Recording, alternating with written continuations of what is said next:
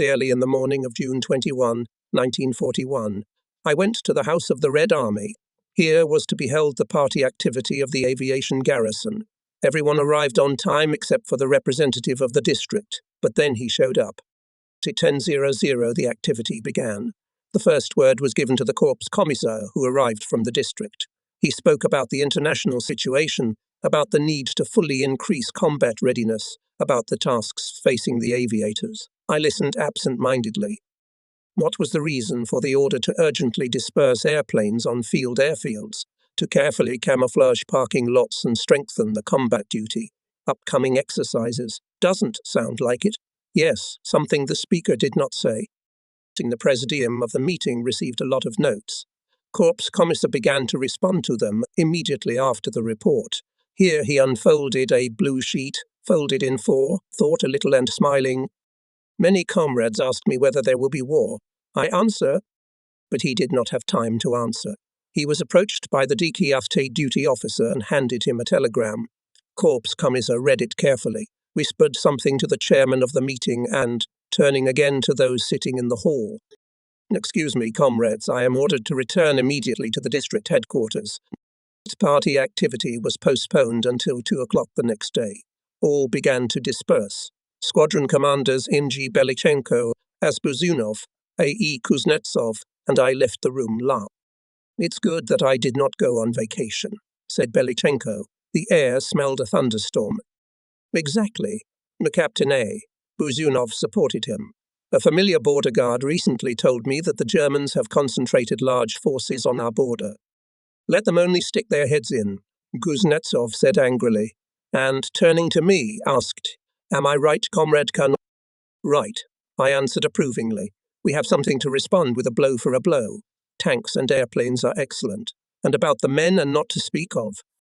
There was no exaggeration in my words. The names of the heroes of Kasan, Halkin-Gol, Hanko have become known throughout the world. We were proud of our wonderful pilots, artillerymen, tankers, and infantrymen. Exceptional courage and high skill demonstrated our falcons in the skies of Spain and at the storming of the Mannerheim Line. Personally, I happened to participate in the Finnish campaign. I was then in command of a long-range bomber regiment.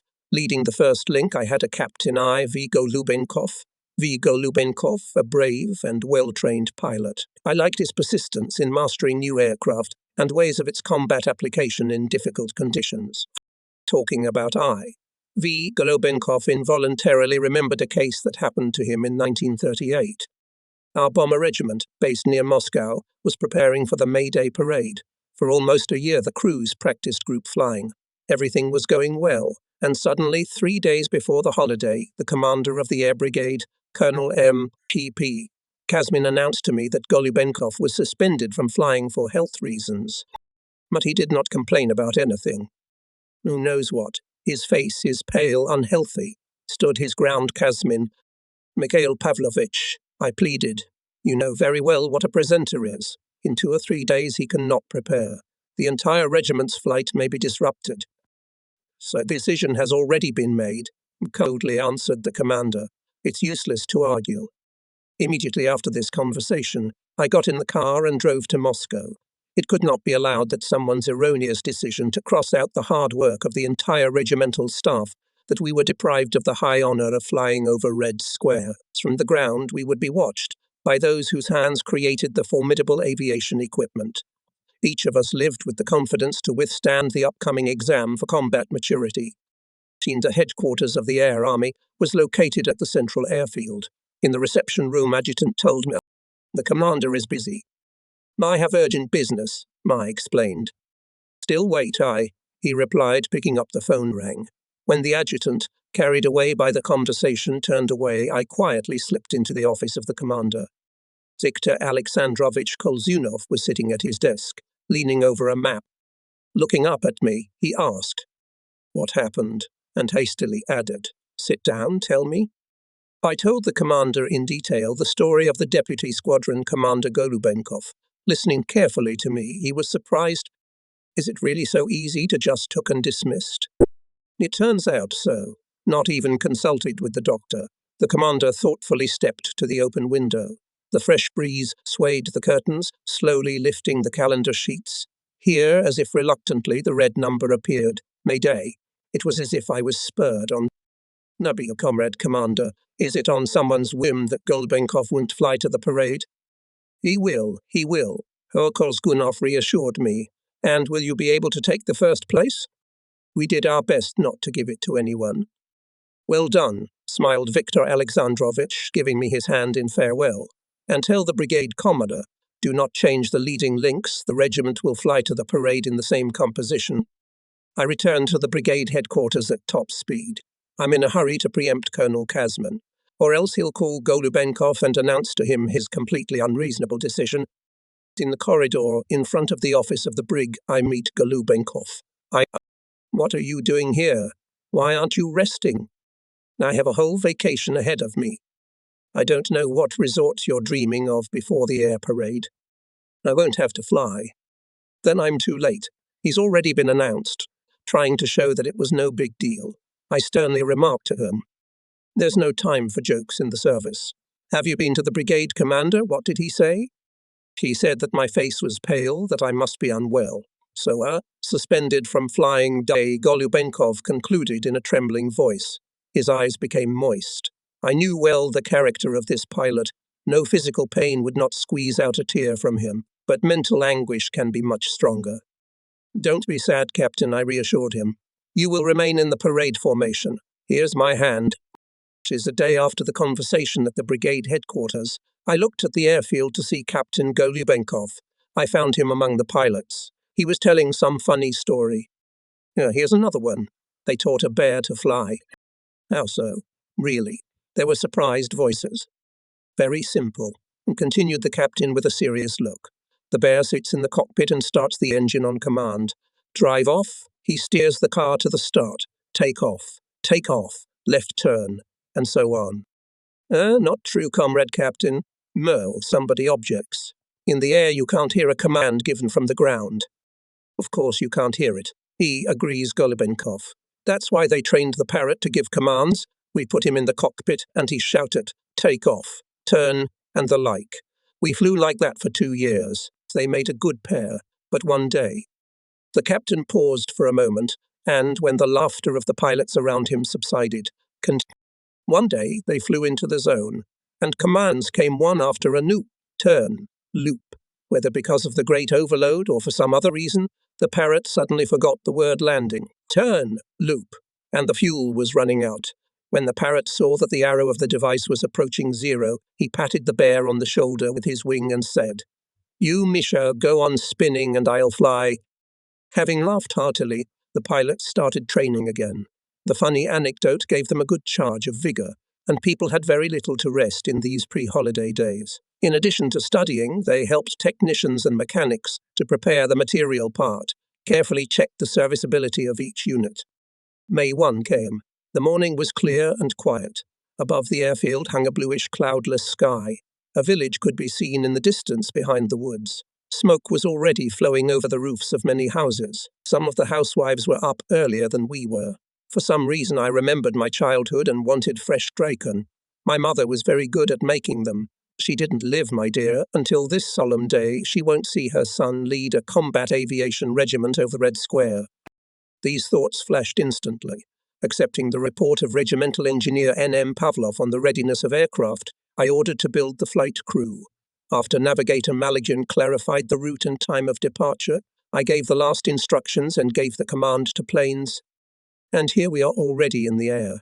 On my right Golubenkov unit, I can see well the plane of the leader, but to see his face is hindered by the glare of the sun on the cockpit.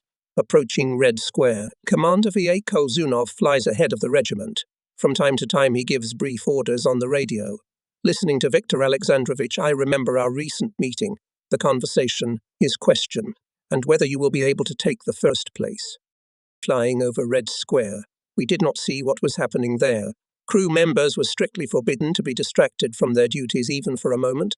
Inaccurate movement of at least one of the pilots could lead to disruption of the entire regiment, and our flight was watched by thousands of people, not only compatriots, but also foreign guests. During the first 5-year period, our country became a major industrial power and managed to create a powerful aviation industry. to equip its air force with first-class aircraft. If only a few years ago air parades were held at all, today there were 38 regiments of bombers alone among the winged participants of the holiday, and to our honor we flew first in this armada. We were in the sky of Moscow for a few minutes, and the flight over Red Square seemed like an instant. But how much labor was spent by aviators of various specialties to please the native people with their art of aerobatics, to show to the whole world the giant wings of the Soviet power. Red Square, the Kremlin, and then the outskirts of the capital were left behind. A dense triangle formed by 45 airplanes of our regiment began to split into squadrons. The leading 9 took a course to the airfield. Suddenly my call sign sounded on the air, and I heard the familiar voice of V.A. Kozin. You passed over Red Square better than anyone else. You are congratulated on your success by the commander of the Parade Marshal of the Soviet Union, Comrade Budeny. All squadron commanders had radios in their cabins. Did they hear the exciting words of the congratulation just transmitted? They did. Hear first N.Y., Alexeyev, then S. Budyonin, S. Surov, F.I. Menshikov, Vitrainin. All the commanders greeted shook their wings. I answered them in the same way. They deserved the highest praise. After all, on their shoulders lay the brunt of preparation for the parade. The main part of the task had been accomplished, but my concern did not leave me.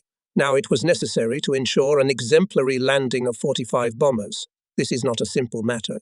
As planned in advance, I landed first. In the parking lot near the car, I see the engineer of the regiment, M.M. Pavlov. His tanned face is shining, so he already knows about our success. For the second time in my life I feel such joy, new Pavlov says with a smile. And when was the first? Remember I told you about the service in the north? I remember. Bomber crew, which included Pavlov, then performed a flight in the polar latitudes. The engines failed in the air. We had to land despite the blizzard. On the way to the base it happened that Pavlov lost his comrades and got lost. He wandered around the tundra for several days until he came across a yurt of hunters. He was sent to the hospital with frostbitten hands and feet. Then Pavlov mentally said goodbye to aviation. But doctors still managed to get him back in service. When he was back on the airfield, he even cried with joy. Since then, Pavlov has been serving in our regiment. With the engineer, we went to the command post. There we were met by the Chief of Staff of the regiment, Major A. Parushev. Recently, he was awarded by the People's Commissar with a personalized watch for excellent performance of a special task. At the command post, we found the brigade commander, representatives of the parade headquarters, political department, party committee, even the prosecutor's office. Comrade Brigade Commander, but Kazmin did not listen to my report. He stretched forward his arms and hugged me tightly. Then he lead the landing, or just in case any of the pilots will make a mistake. Everything, however, turned out safely. When the last bomber was taxied to the parking lot, I reported to Kazmin. The Comrade Brigade Commander, the government assignment is fulfilled. In the evening, all participants of the parade were invited to the Grand Kremlin Palace. Together with his comrades in arms went there and Captain Golubenkov. The pallor of his face, because of which Kombrig wanted to suspend him from flying, it was nothing to do with it. He himself showed an example of piloting an airplane bomber, and as a leader provided successful actions of all other crews of the group. In the Kremlin, we were received by the leaders of the party and government. When they proclaimed a toast to the Red Air Fleet, we were approached by the commander of the army, Vakozhnov. "No to you, comrades," he said softly but solemnly. "Order your health for successes in combat and political training." Before the war, in the same 1938, when our regiment participated in the May Day parade, I had the opportunity to get acquainted with aircraft designer S.V. Ilyushin. V. Ilyushin. It happened at the Central Air. Having learned that I was flying a DB-3, Sergei Vladimirovich invited me to a secluded corner and asked me a long time about this machine, how it behaved in the air, whether its combat qualities were satisfactory. At that time, the best long-range bomber was not only in our country, but also in the air forces of other countries. And so I, without fear of bending my soul, confidently said, "It's a good airplane. I just wish it had a little more speed." "Speed?" Ilyushin interrogated with a smile and, after a little silence, said firmly, "There will be." Then Sergei Vladimirovich told me in general terms about his new airplane, which is soon to enter service. "Let's go to the pilot shop. I'll show you something." At the factory, I saw a model of an unusual airplane. Outwardly, it looked like an oversized fighter plane. Inspecting it, of course, I did not suppose that, with this machine, I will be associated with the entire future service in aviation. In front of me stood a mock-up of the very EAL, which in the Great Patriotic War would become world famous. At first, the IL-2 airplane was not very lucky. Its prototype passed state tests in January 1940, but the military department, contrary to a positive conclusion of the commission, did not allow to launch this machine in mass production. It was said to be insufficiently protected by armor. Almost a year passed in dispute. Then S.V. Ilyushin appealed to the Central Committee of the party. In November 1940, he was invited to a conversation and listened carefully. After a thorough review of the test results, it was decided to immediately begin mass production of the new attack aircraft. In March 1941, 2 serial IL-2 already rolled off the assembly line. From the very beginning, S.V. Ilyushin strongly insisted that the attack aircraft was produced as he conceived and embodied it, that is, with 2 cockpits, the pilot and air gunner. However, at the request of the heads of the Air Force, the airplane was made single-seat. When the war broke out, cost our attack pilots this stubbornness of the military department. After the elimination of the gunner's cabin, the airplane was completely unprotected from the rear hemisphere. This mistake was later corrected. IL-2 began to be produced in a 2-seat version. So serial production of attack aircraft began a few months before the outbreak of war. Aviation plants, including Voronezh, received a strict order to establish production of these machines as soon as possible. Around the end of May 1941, the first batch of attack aircraft arrived at our airfield. They were shrouded and no one was allowed to approach them. In the meantime, we transferred all the DB-3 bombers we had to other aviation units. That's why the war caught our regiment without an airplane fleet.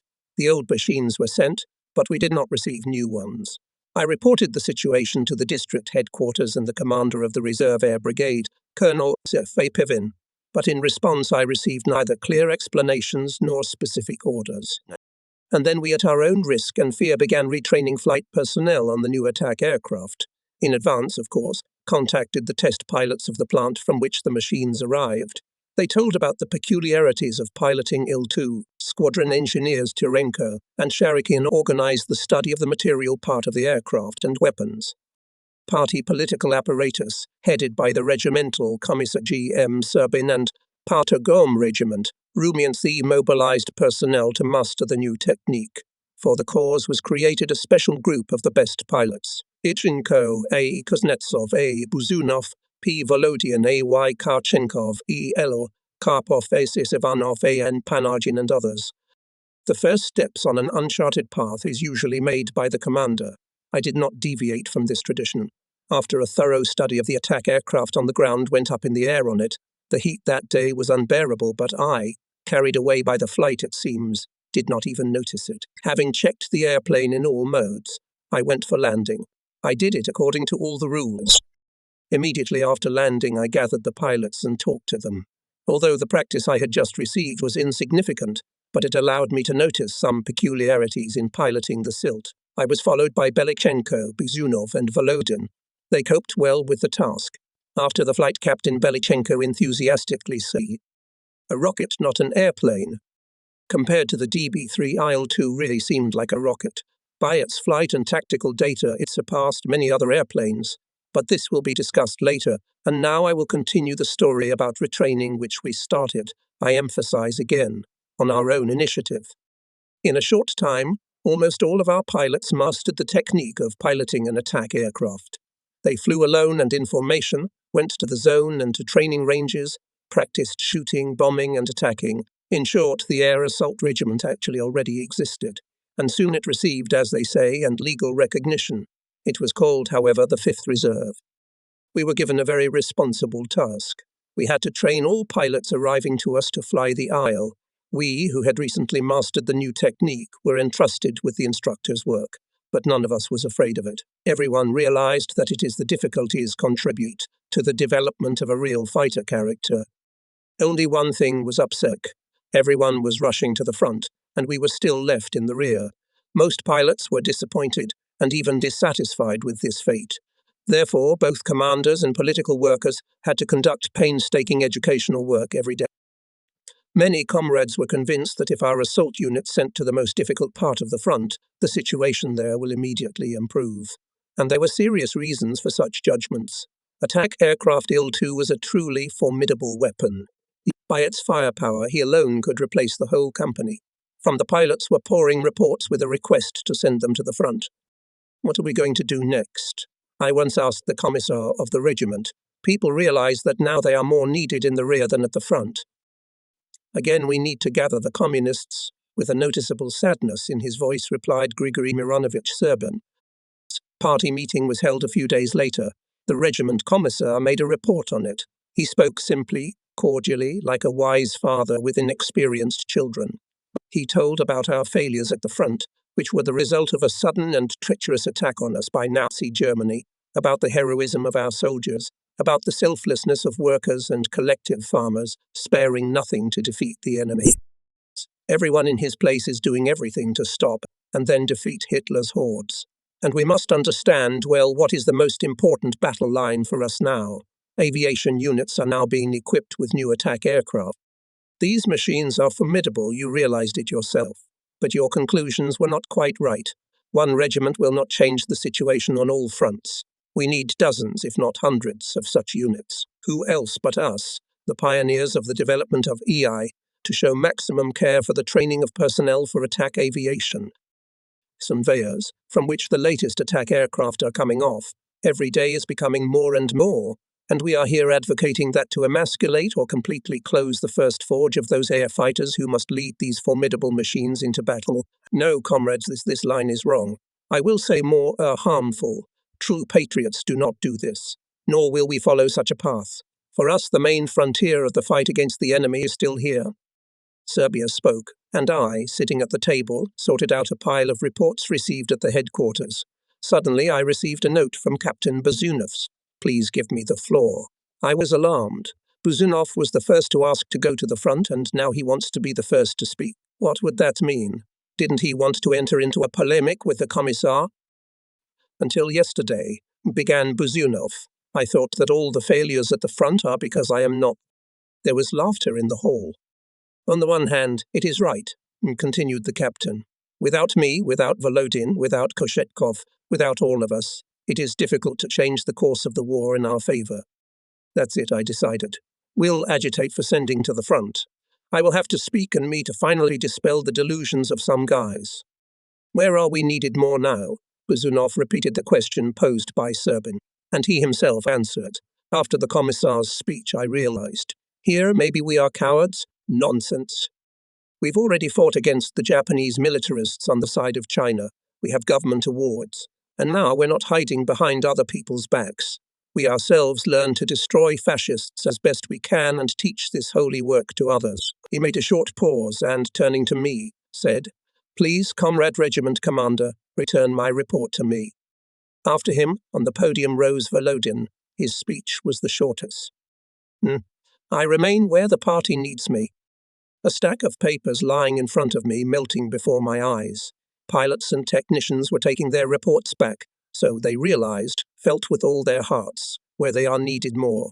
What a politically mature people. Such people cannot turn away from the path on which the party leads. Faithful sons of the fatherland, they are ready to serve it always and everywhere.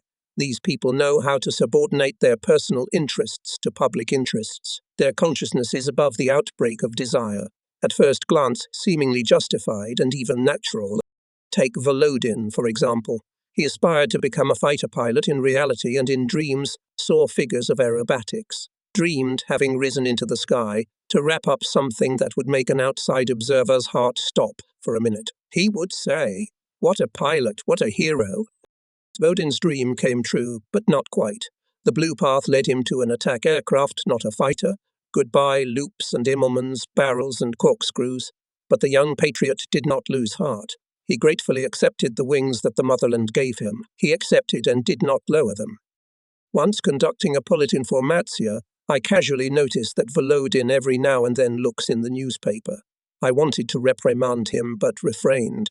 I decided to ask him later what he was so interested in, and what did I find out? It turns out that the newspaper printed a correspondence about the feat of a fighter pilot. On an old I-16 airplane, he bravely went into battle with 3 German bombers. In front of the collective farmers, the brave fighter shot down all 3 Hitler's planes. His car was also badly damaged, but even here he was not confused. He managed to land the plane on the fuselage. People who came to the landing place helped the pilot to get out of the cockpit and picked him up in their arms. A real hero, repeated admiringly Volodin. Now are you also aspiring to fighter aviation? No, Comrade Commander. I used to want it very much, but now I don't. His answer surprised me. Why not? I know that once you dreamed of it. That's right. But my dream was first of all to become a great military pilot. To be able to barrel roll and corkscrew out of a corkscrew is only half or even a quarter of the job of a fighter pilot. The main thing is to be able to shoot and bomb accurately, and the attack aircraft opens the widest space for this. That's right, Captain, said the Serbian standing next to him. A hero is someone who knows how to really beat the enemy. At that time we measured all our deeds and actions by one measure. It is necessary for the front, it is necessary for victory. The crews strive to use every minute wisely for full and comprehensive mastering of new equipment. Technicians and mechanics came to the airfield with the first glimmer of morning dawn. They took off the airplanes wet from the dew and began to try out the engines. Almost next came the pilots. Another day of combat training began, even more intense than the previous one. The instructors rarely left the airfield. They even had meals brought here. During the day they flew without a break. They taught young people, and in the evening they taught them theoretical knowledge. During the first 3 months of the war, we prepared full-fledged flight personnel for several regiments. Intensive flight training was going on at all 3 airfields. Tasks were carried out in a variety of ways, with strict consideration of the level of training of the young pilots who arrived. The main focus was on practicing the most effective methods of combat use of the attack aircraft. Our successes became known in Moscow. It was decided to create more such regiments, to make them centers for retraining pilots from other types of aircraft to ILI. There was even a reserve aviation attack brigade, the commander of which was appointed Colonel Papivan, who later became a general. Our regiment was frequented by guests. The experience we gained was generalized and disseminated to other units. Many of the provisions of the guidelines written by us and tested by practice were included in the manual for the production of flights on IL-2. We willingly helped our neighbors, shared with them everything we had. However, we were visited not only for experience, not only by students, but also by teachers. In between flights, we listened to reports and lectures of major aviation experts, fine experts of IL-2 airframe, its engine and armament. Their lessons were of great benefit to us.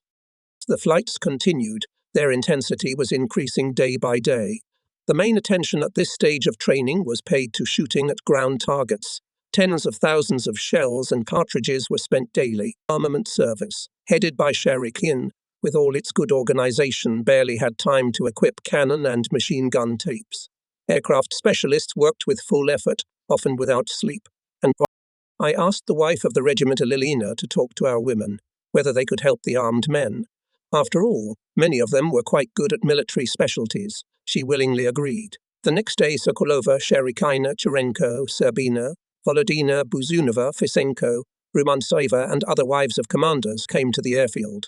Their help was manifold and quite significant. By the way, I would like to note that the women of our garrison were generally distinguished by their organization and activity. They were regularly engaged in various circles, where they studied military science on medical courses, husbands to flights and wives to training classes. Once a week, women helped pilots and technicians to clean the barracks. All our living quarters were kept in exemplary condition. Some wives of commanders, such as Fatima Martinaitis, went on duty to the nearest military hospital. There they helped the medical staff to take care of the wounded. Fatima was also an interpreter. She knew not only Russian and her native Tatar, but also Lithuanian, Kazakh, Tajik, and Kyrgyz. And among the wounded there were many fighters of non-Russian nationality. Fatima Martinaitis also organized the collection of bed linen from the local population, which was lacking in the hospital. She was assisted by a whole group of women, Ivanova, Ilyina, Karpova, Kidalinskaya, and others. To us for retraining arrived not only ordinary pilots, but also squadron and squadron commanders. Among them were even regimental commanders. MRSG get Mat Weldy Reno Mi Genko V Philip. They were the first to fly the attack aircraft, and then helped their subordinates to master the new technique perfectly. It should be said that the entire flying staff of the units led by them showed an example in training and discipline. The impact of personal example was particularly evident here. But not all commanders were like them. For example, Major Z, who arrived for retraining, often went unnecessarily to the city. One day the regimental commissar of Serbia strictly asked, "Why did you come here, Comrade Major?" "That's a strange question," he answered. "I'll study a little and then go to the front." You can't defeat the enemy with a little. Real combat experience is acquired not here, but there, persisted the major, pointing his hand in the direction from which came the distant rumble of cannonade. And here they are playing war. Says your squadron commanders and ordinary pilots, whether it's easy for them here. Mup Serbian insisted. They are at the airfield day and night. Since they are young, let them learn. I have more flight hours than any squadron as a whole. A week after this conversation, the regiment commanded by Z was going to fly to the front. Pilots one by one lifted airplanes into the air. The commander took off last. When trying to make a sharp turn to join the column, he failed to cope with the control. Confused and on a forced landing, broke the attack aircraft. The regiment flew away without Major Z. After this incident, among the newcomers spread the rumor that Il-2, a machine imperfect, not designed for complex maneuver, it was necessary to somehow dispel the fog that covered their eyes. But if we had the IL-2 training airplanes, the problem would have been solved simply. The instructor would have put the newcomer in the second cabin, took him to the zone and clearly showed him what the attack aircraft could do. But since the regiment did not have such an opportunity, we had to look for another way out. And we found it. We decided to make several demonstration flights in the area of the airfield and over the range. First, I took off together with pilots A. Panagin, A.A. Kalkshenkov, and S. Ivanov. In front of the retrainees, we performed several complex aerobatic figures, then bombed and fired from low altitudes at ground targets. For the first time in the history of attack aviation, took off and landed in a formation. Then the same program was performed by a squadron headed by Squadron Commander A. Buzunov. Our flights made a terrific impression on everyone. In July 1941 began to arrive attack aircraft with airborne radios. We received them at the rate of one per formation. Since we had no IL-2s, we decided to create a special group of these airplanes to train alternate personnel. The radio improved the training process a lot. Especially it helped when practicing landing techniques and when doing exercises for combat use. Breakdowns became extremely rare. The efficiency of bombing and firing increased. As a result, we began to train faster and better flight personnel to staff the marching regiments. Our experience was adopted by other reserve regiments of the Air Force. The hot summer was over. Fields were bristling with red stubble. Sunflowers rustled in the wind with dried leaves. The bird chatter in the woods died down. The land was becoming empty. Enemy planes began to appear more and more often over Voronezh. Stifling, howling sirens now and then forced residents to take refuge in bomb shelters. Evacuation began. Wives of aviators were leaving for the east. The personnel of our regiment moved to the airfield. Aviation equipment was constantly in full combat readiness. Attack aircraft stood with bombs and rockets suspended, with loaded machine guns and now for training flights of variable composition allocated only part of the aircraft. Air reconnaissance was conducted intensively. The best scout was considered our link commander, Captain Ivan Lukich Karpov. In early October 1941, he was ordered to fly to clarify the configuration of the front line on the outskirts of Orel.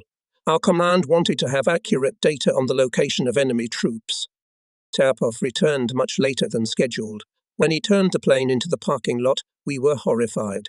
The rudders of turn and altitude, planes and ailerons were riddled with bullets and fragments of anti-aircraft shells. It was hard to believe that on such a machine the pilot had made it from Orel to Voronezh. It was surprising that he himself did not receive a single scratch. The armor of the cockpit reliably protected him. What a machine! A real tank. Admired the young pilots gathered around the plane. You can fight on such a machine. There was no room left alive, and yet it arrived. Karpov was literally flooded with questions. They were interested in all the details of the flight. It's no joke. A man had a baptism of fire. I know the area well, I said Karpov. I served in Oral for several years. At first the flight was calm. It seemed that there was no war. When approaching the target area, Captain Karpov intensified air surveillance and began to carefully survey the area. On the most insignificant signs, he tried to detect enemy troops. Noticing a deep automobile track on the road, he dropped to 20 meters and walked along it all the way to the forest. Under the wing flashed the tops of bare aspen and birch trees, but neither people nor equipment was nowhere to be seen. There was still peace on the ground and in the air. Then Captain Karpov decided to attack the most suspicious object. The first such approach he made on a freshly dug trench and gave a short machine gun burst. Immediately the flashes of shots flashed below. Having looked closely from where the fire was conducted, the scout determined that it was only part of a well-prepared position, which the Nazis did not have time to camouflage. By imitation of attacks, only sometimes accompanied by short machine gun bursts, Captain Karpov managed to find the location of the main enemy forces. On it opened hurricane-fire enemy anti-aircraft artillery. On the wings and fuselage, like pockmarks, new holes appeared, but the scout, maneuvering between the caps of ruptures, continued to clarify and map the boundaries of the area of concentration of Hitler's troops, aimed at us. Only having completed the task, he turned the airplane to the reverse course. Spattered with bullets and shell splinters, the attack aircraft became noticeably heavier, less obedient, but still continued to pull. Be that as it may, the reconnaissance flight ended successfully. Higher command received accurate and up-to-date information about the enemy. Both the pilot and his beautiful, surprisingly survivable machine were at the top of their game. In the deep fall of 1941, the Voronezh aircraft plant was evacuated to the interior of the country. The management of our reserve regiment was also relocated there, having handed over all its equipment to the marching combat units, and I was sent to study at the Air Force Academy. Here I greatly expanded and deepened my theoretical knowledge and mastered several new types of fighter planes. Still, I did not change my love and affection for the elite. After graduation from the Academy and a year of command of the Academy Regiment, I was again sent to the attack aviation at my urgent request. I started my combat career in the 3rd Air Assault Corps, commanded by Major General of Aviation M.I. Goladchenko. We were already familiar with him from Voronezh, where he was retrained to fly an attack aircraft. By order of the Chief of the Air Force, I was appointed Deputy Commander of the 308th Division. Its senior flying staff in most of them already had combat experience. This regiment commander, Lieutenant Colonel G.M. Korzinikov, Squadron Commander Zim Kukarev, I, Fedorov, N.V. Maximov, Yves Strelchenko, and others. I especially liked N.V. Maximov, a young, medium-sized senior lieutenant with blue eyes on a friendly, open face. An unruly strand of his blonde hair hung down on his forehead all the time, even from under his helmet. It, to some extent, emphasized his will, energy, mobility of character. Maximov distinguished himself in the first battles, which the division began to conduct over Oral in the summer of 1943. His squadron flew out at dawn and set a course for Bryansk.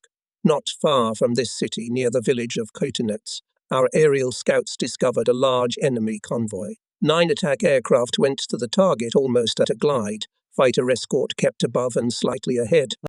In the entire route squadron only once was shelled by enemy artillery, but this fire barrier, all aircraft passed safely. Minor damage was sustained only by the leading aircraft. A shell fragment hit the right wing and tore off a piece of plating. However, in the area of Kotinets, Hitlerites had such a powerful air defense, which we had not even imagined. It was thought that since they were hastily retreating, it was unlikely that they would be able to gain a foothold on the new frontier so quickly, and even more so to organize a reliable anti-aircraft cover for their troops. Underestimating the capabilities of the enemy cost us dearly. When the attack aircraft went on the attack, they opened fire on them dozens of guns and large-caliber machine guns. True, the Elias did not turn from their combat course and managed to drop bombs on the convoy. Several fires broke out on the road. But the first attack also brought damage to us.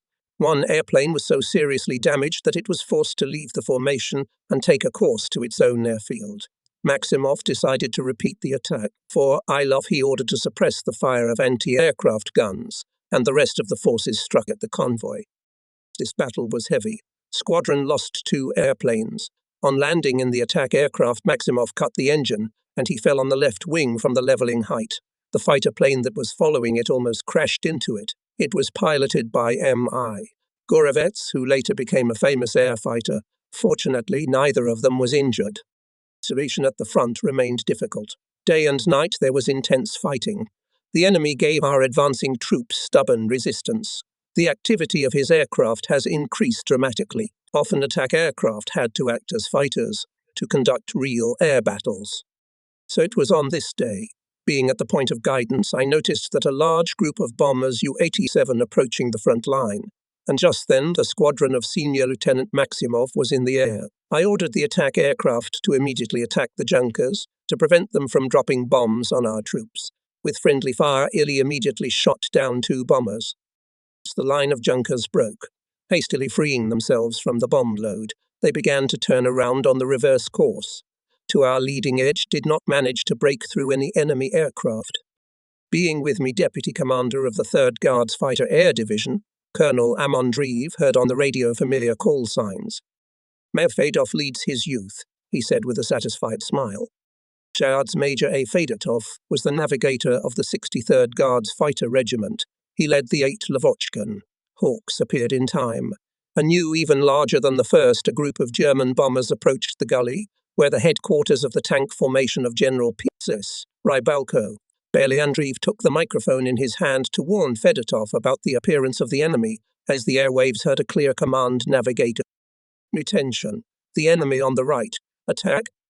Fedotov increased speed, and from the top left rushed at the enemy leader. The fiery jet rushed to the cockpit of the bomber, and it caught fire. Captivated by the example of the commander, bravely acted and young pilots. In the sky sparkled traces. Another Heinkel 1 crashed to the ground, but our fighter also caught fire.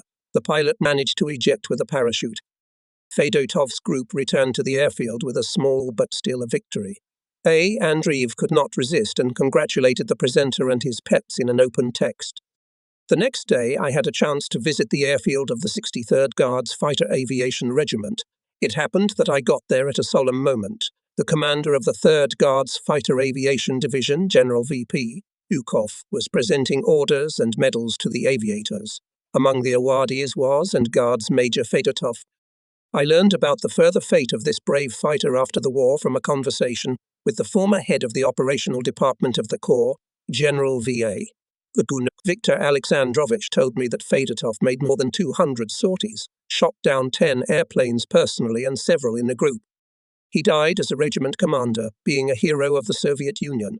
The great patriotic war it turns out, began as an experienced air fighter. For the heroism shown in the Soviet-Finnish War, he was awarded the Order of the Red Banner by the order of the Minister of Defense of the USSR from June 1968, Hero of the Soviet Union.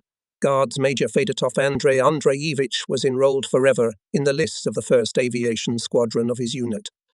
Hitlerites were retreating through Kotinets to Bryansk. In these battles, our unit covered its ground troops from the air, destroyed the enemy's manpower and equipment.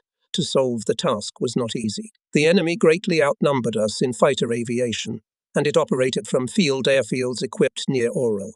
Enemy fighters, flying on shortened routes, had the opportunity to make a day much more sorties than we do. Their training was good. They tried to use the most effective tactical methods. Most often the Hitlerites attacked in 2 groups. One of them constrained our cover fighters, the other attacked the Ilov. True, a well-armed and quite maneuverable attack aircraft is not so easy to shoot down. Nevertheless, he cannot fight on equal terms with the Messer or Fokker. Therefore, our compound suffered significant losses. So command considered it advisable by all means to disable the frontline airfields of the enemy, to force him to pull his fighter aviation to the rear, and then shift the main attention to the destruction of manpower and equipment of the retreating enemy. Division Commander Colonel G.P. Turikin sent me to coordinate our proposals with General Mi Gorladchenko. Corps Commander after my report, skeptically noted. Assault aircraft are assigned a different task. We are fulfilling it. Our strikes will be more effective if the opposition of enemy fighters will be reduced. Well, it makes sense, agreed MIG General Gorladchenko. Let's try to strengthen the coverage of attack aircraft in the air. I did not argue with the Corps commander. Returning to his division, reported on the conversation with the General Colonel G.P. Turikin. Sit-in. The order is an order, tiredly, and with obvious dissatisfaction, said the division commander. We will act on the enemy's artillery and manpower. Ridiculous. Chief of Staff P.G. Ermakov did not hold back. Is it possible to send crews on a mission, knowing in advance that throughout the route they will be attacked? And of course, ridiculous. I supported Yermakov. Let us at least for a day or two put out of action their airfields, and that would be a big gain. What do you suggest? Arbitrarily abandon the main task, hesitated G.P. Turikin. Why refuse? Chief of Staff and I advised the commander to allocate for strikes on airfields only a few groups of attack aircraft, the rest to operate on the ground troops of the enemy. G.P. Turikin decided once again to contact by telephone with the headquarters of the corps. Very long conversation with Gorladchenko, but did not get anything. We continued to storm the roads on which Hitlerites were retreating. Now it is difficult to judge who of us was right then, Gorladchenko or we, but the fact remained. We suffered significant losses from enemy fighter aviation. Our offensive at Oral was developing. Throwing weapons and equipment, the enemy troops were retreating to the west, interacting with other types of aviation and ground troops. Our attack aircraft successfully crushed the retreating enemy. They made several combat sorties a day. German fighters now, we were less worried. They left the airfields where they were previously based. The front line moved to the settlements of Zaria and Alexandrovka. Intelligence reported that east of these villages noticed a large concentration of enemy infantry. For its destruction was allocated a significant group of attack aircraft to aim it at the target. We were the radio station positioned at a low altitude, in 4 kilometers from here, in a ravine, and were located Hitlerites. And so when our attack aircraft appeared above me, suddenly I found out that the Corps units had advanced another 8 kilometers ahead, that in that gully there were no Germans, but our troops. What to do? It would be a grave crime if the Eilers hit their own. I look at the map, frantically looking for objects on which it is necessary to redirect them, and immediately contact the leader of the group of attack aircraft. After all, I have only minutes at my disposal. I briefly report the change in the front line, pointing out new targets, but for some reason the leader is silent, and Eilers are already becoming in a circle to attack. Then I decide to the last extreme. I call my name and repeat the order. Many people know me from Voronezh. Only after that the attacking aircraft reorganized and went on a new course further west. In the same way, I redirected the other group. The accident that could have happened because of someone's lack of direction did not happen. During heavy fighting in the summer of 1943, our aviation unit suffered heavy losses. Replenishment was required. And soon the division began to arrive young pilots, technicians, and aviation specialists. Among the newcomers were 2 Leningraders. I invited them for a talk. Very young junior lieutenants came to me. One of them was tall and swarthy. The other one was a bit shorter and had red hair. Both had just graduated from the school. Unfortunately, I've forgotten their names. So you haven't smelled gunpowder yet? I asked them. We have, Comrade Colonel, answered the taller one. And we saw hunger during the siege of Leningrad. Leningrad is my homeland, I said, inviting them to sit down. We had a long heart-to-heart talk, remembered the sights of our native city, cursed the Nazi invaders who destroyed and desecrated much of what was near and dear to us since childhood. Then I told fellow countrymen about traditions of our connection, about the best people, advised not to get hot when performing combat missions. Anger alone is not enough to avenge the enemy, B.I. said in conclusion. It must be supported by skill, combined with sober calculation. Obey your commanders in everything, look out for experienced pilots, take the best from them. After the departure of junior lieutenants, I was not immediately freed from the flood of memories. In memory to the smallest details resurrected the years lived in Leningrad. I was born in the family of a St. Petersburg worker. I began to work from the age of 11 at the factory. In 1917, together with my older brother Boris, I distributed the newspaper Pravda and the Evening Red newspaper. We performed other tasks that the factory party committee assigned to us, boys of 11 and 13 years old. Then the Komsomol, studying at the Labour faculty, flying school. I came to aviation in 1926 on a Komsomol ticket. There were 80 people in total. We studied for 3 years. But because of poor general education, the aviation school graduated only 40 guys. However, even this was a significant replenishment for the Red Air Fleet, which had just been created. There were new domestic airplanes for various purposes: fighters, scouts, bombers, including heavy. For them, they began to build airfields with concrete pavement, away from large cities, most often on abandoned land. Aviation towns were established. I was assigned to one of the new air garrisons. The station Seychelles, where we arrived with my wife, was marked by a single passenger car. We arrived there at night, and due to heavy snowfall, we reached the garrison location only in the morning. We were given a small room on the third floor of an unfinished, and therefore unheated house. A new life began. It was difficult not only with accommodation, but also with food. The country, which was raising both industry and agriculture from ruins, could not provide its falcons with much. At the Belarusian exercises, where the People's Commissar of Defense himself was present, the squadron commander died. The medical commission found that he lost consciousness from exhaustion, and on the eve of the flights did not dine, and in the morning flew out on alarm without breakfast. Clement Efremovich Voroshilov severely experienced the death of the pilot. At the garrison meeting he said, "The dry rations allocated to you, apparently, eaten by your mistresses. I will make sure that for you to introduce hot breakfasts." Such breakfasts were soon indeed introduced. We called them Voroshilovs, and a little later a good 3 meals a day were organized. Gradually the garrison was improving. We even had our own recreation center. It was equipped in a former landowner's abandoned estate with a park and a large pond. By our own efforts, we also built a stadium and sports grounds. In our aviation brigade grew up wonderful athletes. The names of squad and ship commanders M.X. Borisenko, P.P. Ryberkov, G. Mismaikov, M.V. Prokhorov, and P.M. Revenko. Aviation specialists Tarasovich, Yakubov, Frolov, Sakharov, Burov, and many others became known throughout the district. They in spring and summer of 1932 were spent in intense flights. Crews of heavy airships were persistently improving their combat training. Special attention was paid to bombing both day and night. In 1936, our aviation brigade participated in the Belarusian maneuvers. They were attended by 3 foreign military delegations: France, England, and Czechoslovakia. A detachment of bombers, which I commanded, was given a special task: to transfer foreign representatives to different areas of the exercises. The guests could have travelled by car, but for some reason they wanted to fly on combat aircraft.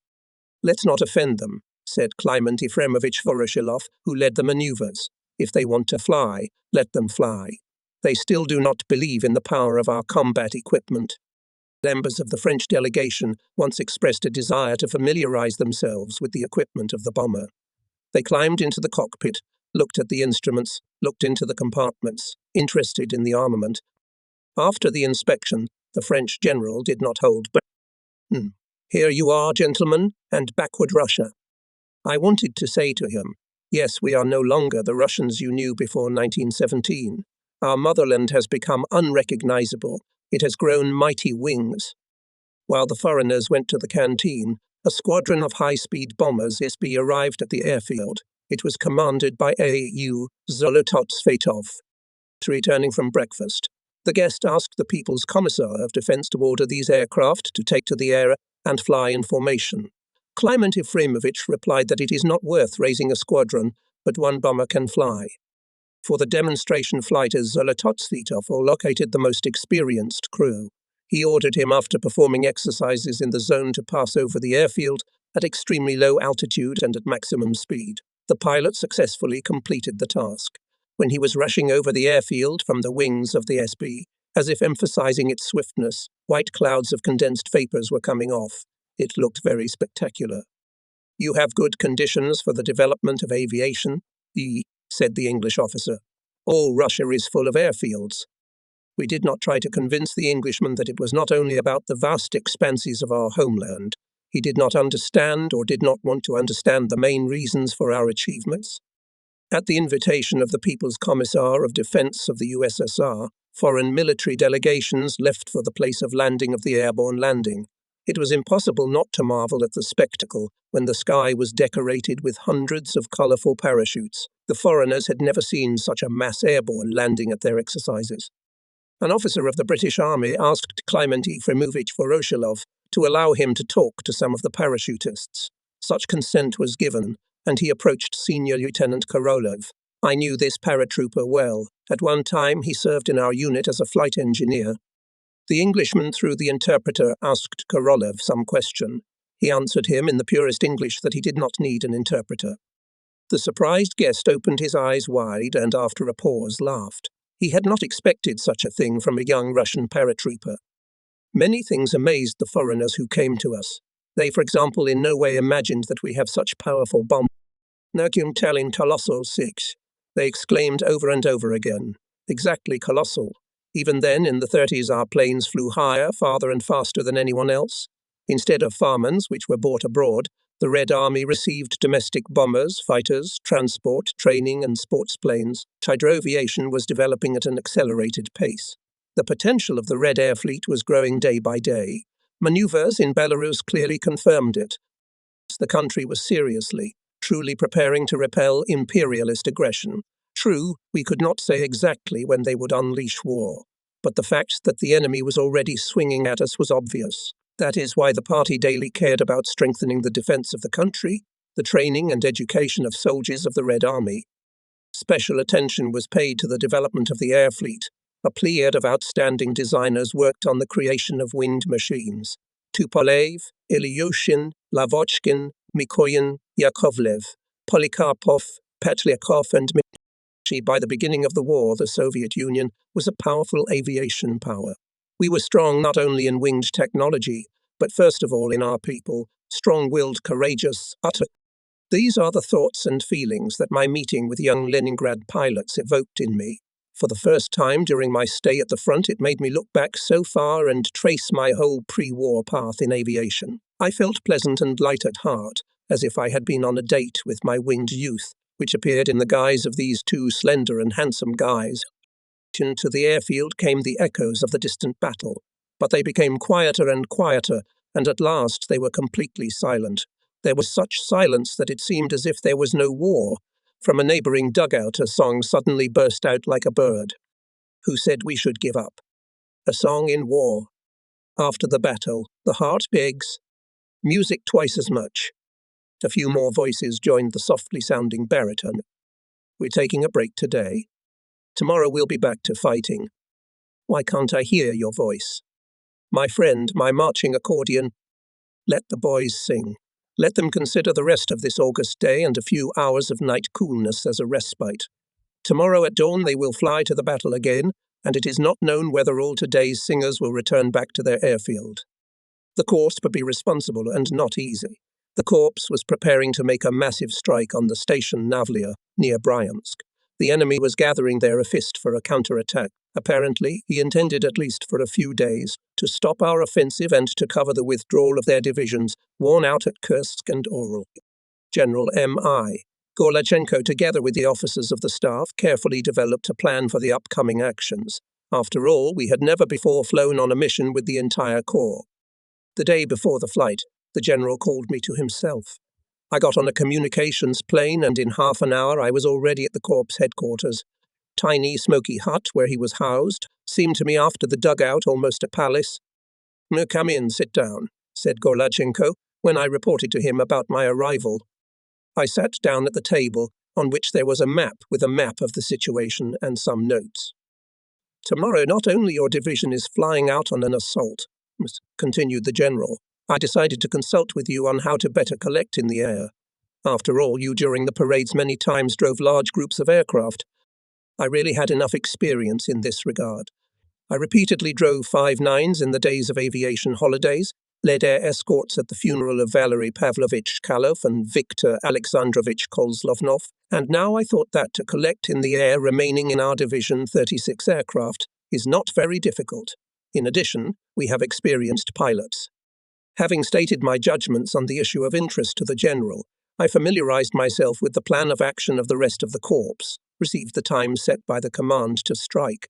When I returned to my airfield, all regimental commanders were already waiting for me there. Following me came the head of the air and rifle service of the corps, Major I. Steiger. General M.I. Jenko appointed him the leading officer and me the deputy. At the scheduled hour, the regiments took to the air. On command, they one by one joined the leading group. Above us went fighter cover. All this armada of airplanes headed for the front line. It was difficult, very difficult to control it. To prevent the enemy from figuring out our plan, we, by order of I Steiger, changed the route, going not directly to the station Navia, but a little to the north. This maneuver, at the same time, allows us to bypass the main area of concentration of enemy anti-aircraft artillery. The plan was successful. We approached the target without losses. Do not bother neither anti-aircraft guns nor enemy fighters. On a combat course, Major Pestiga commands. Prepare to attack. The 1st Regiment went into a gentle dive. The ground was rapidly approaching. Soon became clearly visible railroad tracks, packed with echelons. On the highway leading to the station, moving tanks, cars, columns of infantry. At this moment in the air appeared in the black and whitish caps of ruptures. The enemy anti-aircraft artillery opened fire, but it immediately fell on its specially allocated for this group of attack aircraft. Firing anti-aircraft guns subsided. The 1st Regiment received some freedom of action. A shower of bombs and rockets rained down on the station. Flames danced below and clouds of smoke rose. Following our regiment in the attack went another, and then a 3rd Thames station was drowned in a sea of fire. Successfully worked, and that group of attack aircraft, which struck at the cluster of enemy personnel and equipment on the highway. Below were burning tanks, cars, rushing in panic enemy infantry. On the air sounds the voice of Major Steiger. He commands to stop the attacks, line up and go to their airfield. Some time later, our division relocated to Poshep. A new stage of combat work began. True, we flew less than at Oral.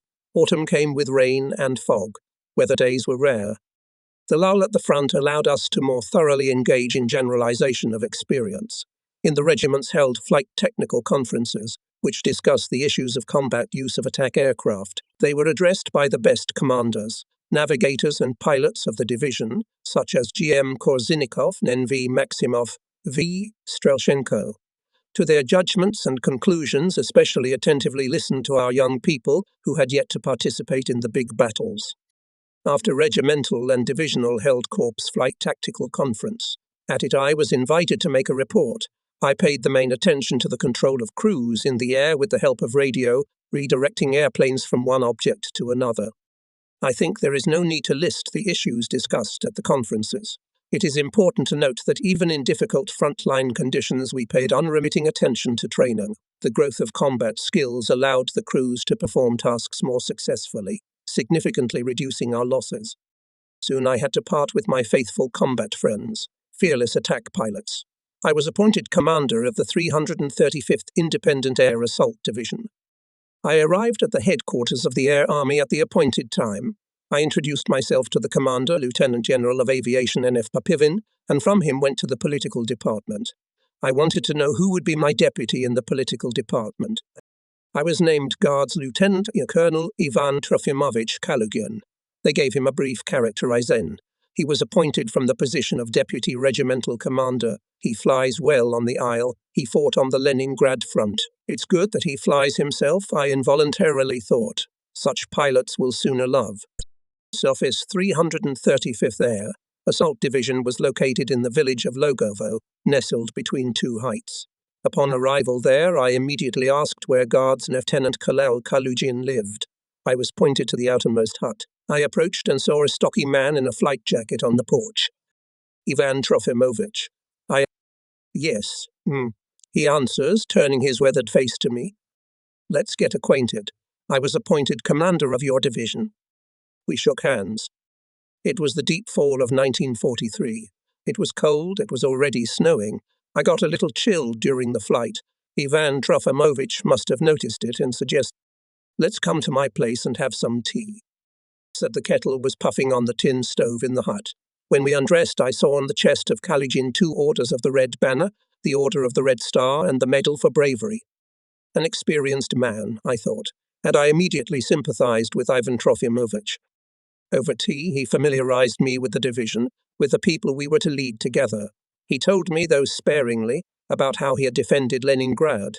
I also told him about the battles near Tula, Oral, and Bryansk. The more I got to know this man, the more I liked him. We sat up late at night talking. It was too late to go to headquarters, and I spent the night at Kalugin's. Strenuous work days began. The end of 1943 and the beginning of 1944 we were preparing hard for the turbulent operation. We put young people into service, flew in such weather in which in peacetime even covers are not removed from air. Due to the fact that all the old guys went to get new airplanes, even Trefimovich and I had to fly as instructors. From morning until late evening we did not get out of the cockpit. His authority as a flying political officer was visibly increasing. It pleased me. A personal example is needed in training as in battle. During the training of young people I got to know well, and the engineer of the division, Lieutenant Colonel Vladislav Evgenievich Titov. He had a lot in common with Kalugin, the same simplicity in dealing with people, the same objectivity in assessing their own and other people's affairs. Even their height did not differ much from each other. Titov familiarized me with the staff schedule of the technical staff of the compound, gave a detailed description of his deputies, engineers of regiments and squadrons, link technicians. These were people with a lot of experience. On the formation of the compound we were given only a month, and then we had to take part in the battles. To meet the deadline, we had to solve all the problems simultaneously, complete regiments, squadrons and battalions of airfield service, to adjust the work of headquarters, to organize the transfer of aircraft from factories, to put into service pilots arriving from schools. Very vigorously took up the cause Lieutenant Colonel Engineer Vladislav Evgenievich Titov and his deputy for armament Major Atsy Alarsenyevich Baranyuke. They had a lot of worries. It was necessary to staff the aircraft fleet, to establish the work of the entire engineering service. There were 126 airplanes in 3 regiments at that time. Of these, only 8 were on the airfield. The rest were scattered in different places within a radius of 50-70 kilometers. These are those that made an emergency landing. They belonged, of course, not to our division and not one, but several units. They were only assigned to us since we had started the formation. For each airplane assigned to the unit, we had to draw up technical documentation.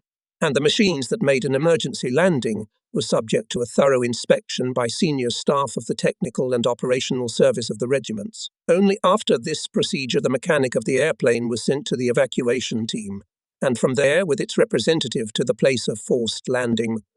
As I have already said, damaged airplanes transferred from other units. The division had 118. They not only caused a lot of trouble, but also forced us to divert a lot of valuable specialists for their protection and transfer. In this tense organizational period was a lot of worries and political workers. Lieutenant Colonel Kalugin, we can say, did not get out of the regiments, made speeches, held talks with party activists, helped in organizing party and Komsomol meetings. His work, in which he constantly relied on communists and Komsomol members, played an extremely important role in mobilizing personnel to master new equipment, in increasing the combat readiness of the division. I remember we received the last batch of attack aircraft. I call the division engineer Titov and tell him that it is necessary to prepare these machines for flight. Mechanics have not yet arrived. Those who took the airplanes at the factory, Vladislav Evgenievich answers. They will return in 2 days. We could not waste time. I invite T. Kalugin, who this time was in the headquarters. Together with him came and the regiment commander hero of the Soviet Union, Lieutenant Colonel Veggie Bolotai. I explained the situation to them and asked them to give their opinion. Maybe other mechanics can prepare these machines, said Kalugin. We need to talk to the communists. Right. Bolotov supported him. By the way, today in our regiment party meeting, so let's raise this question. Admittedly, I doubted the correctness of such a step and did not expect that tomorrow we will be able to test in the air arrived from the factory attack aircraft. The airplane mechanics who were here were overloaded. They serviced 2 or even 3 machines. They had to sleep at most 5 hours a day. They worked 15 hours daily in the cold. Lieutenant Colonel Bolotov made a report at the party meeting. He spoke about the tasks that are set before the communists of the regiment at the final stage of preparation for the upcoming battles.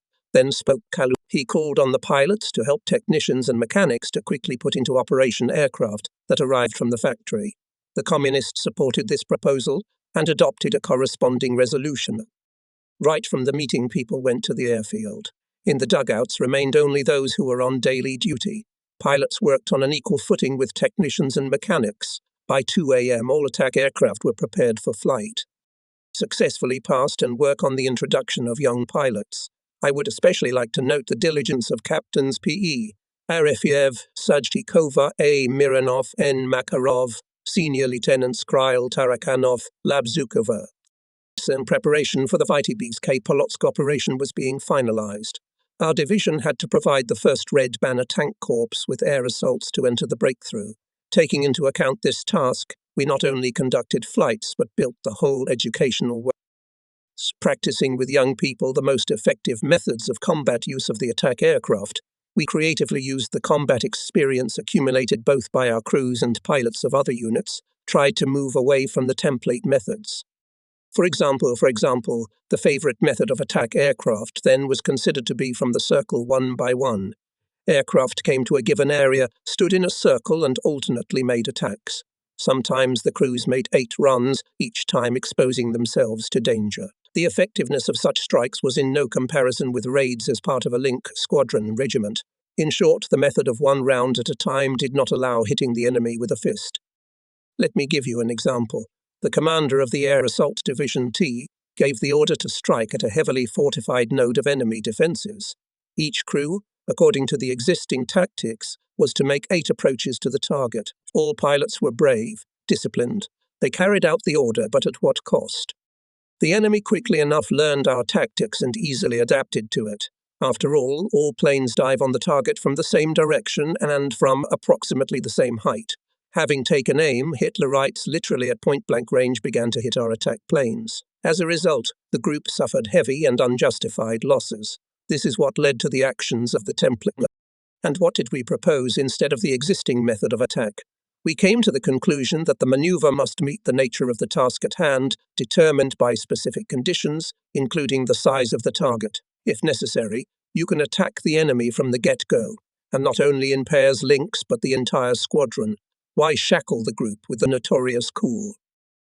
This method is advantageous in many ways. It ensures the suddenness of attacks, gives the opportunity to build up the strength of strikes, opens up space for crews to show independence and initiative.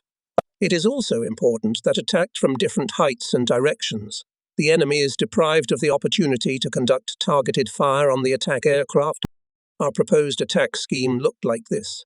The first airplane diving on the target, bombarding it with rockets, on the way out drops bombs. The second attack aircraft or a pair of bombing strikes, and on the way out of the attack destroys the enemy with cannon and machine gun fire. Especially this combat order justified itself when acting in large groups. Each attack aircraft is armed with 2 guns, 2 machine gunners, 8 rockets and 600 kilograms of bombs. It is not difficult to imagine what kind of force of a blow can strike, say, a squadron of 12 aircraft. At one flight tactical conference, I made a report on the combat use of attack aircraft. Colonel General of Aviation F.Y. Aliyev, who was present, gave high marks to our searches and findings in By December 4, 1943, the 335th Air Assault Division was fully formed. We were enlisted in the reserve of the Front Command. Until the spring of 1944, the connection in the battles almost did not participate in the battles, except for individual sorties for reconnaissance. We mainly worked, as they say, on young pilots, taught them, prepared them morally. They had many different questions. I remember 3 junior lieutenants came up to me at the airfield. They wanted to ask something, but did not dare. Finally, Vladimir Guyayev dared to ask, "Comrade Colonel, you have been flying for many years, participated in the Soviet-Finnish War. Tell me, do you worry before a combat flight?"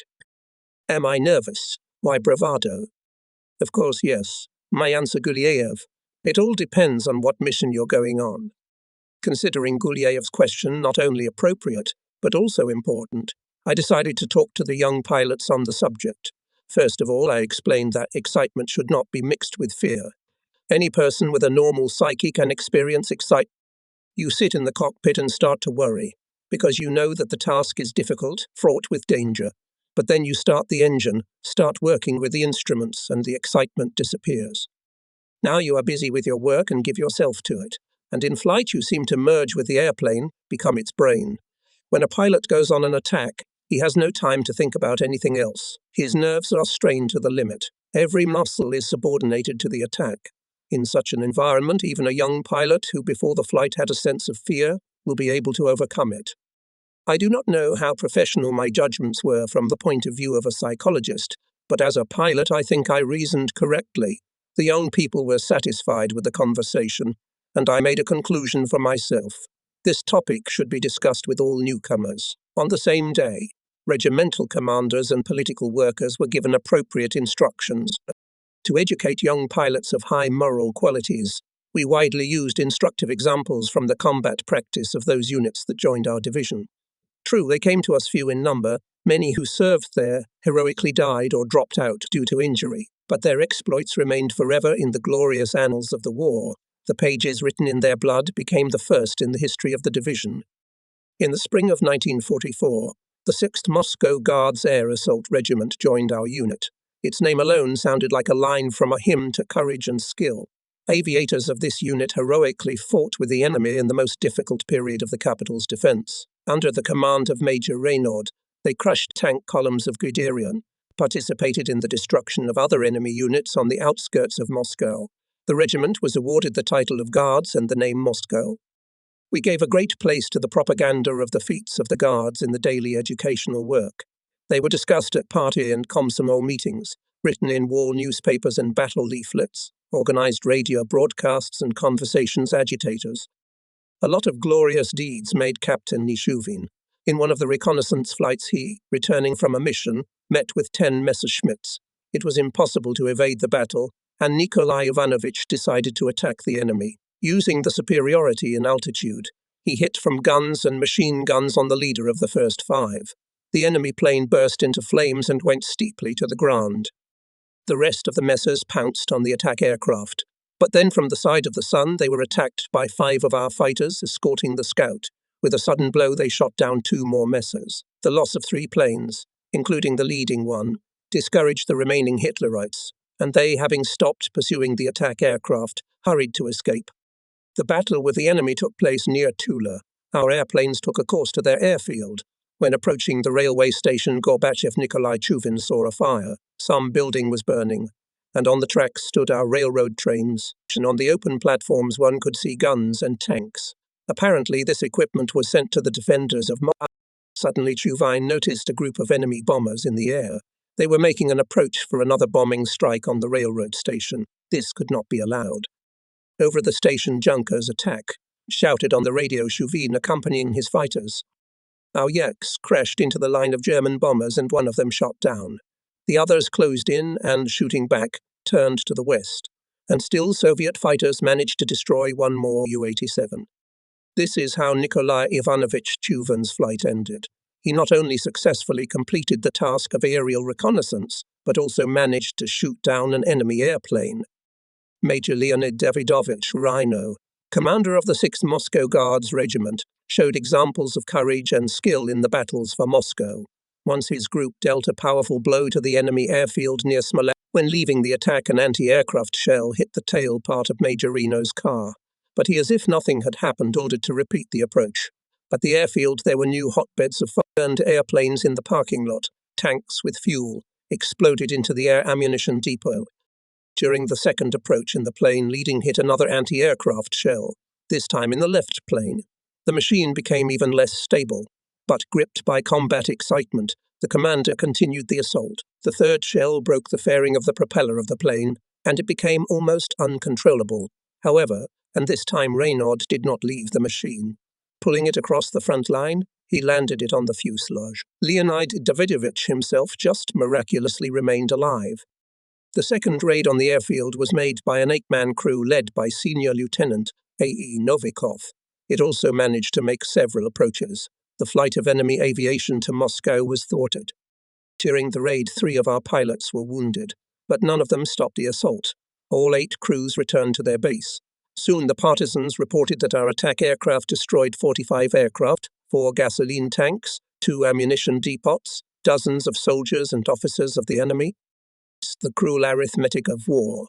Resorting to it in conversations, our commanders and political workers explained to the young pilots that not willingly we began to engage in such calculations. We were forced to do so by the Nazi invaders. We were defending our native land. We were avenging the invaders for the deaths of our comrades in arms, for the agony and suffering of the Soviet people. Valor, bravery and military skill of aviators of the 6th Moscow Guards Air assault regiment inspired our youth. Guys all as one were eager to fight. Sen, the Vitebsk Polotsk operation began on June 23, 1944.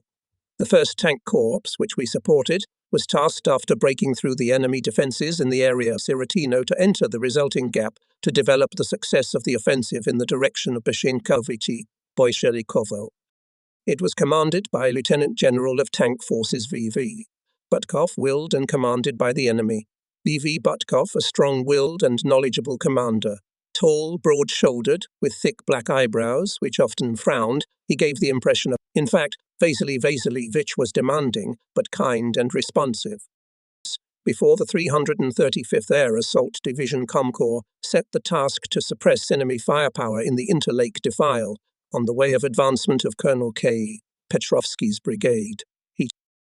In no case should the enemy be allowed to blow up the bridge across the western Divina behind him. The crossing will allow the tankers to seize the airfield of Beshenkovichi, refuel the tanks there with trophy fuel, and get to the operational space. And then, I said, we will interact depending on the situation.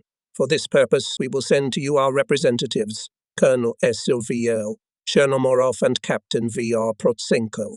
I.R. Protsenko. Right. Agreed, Comcorps. Assign to the division. I gathered regimental commanders and set them tasks.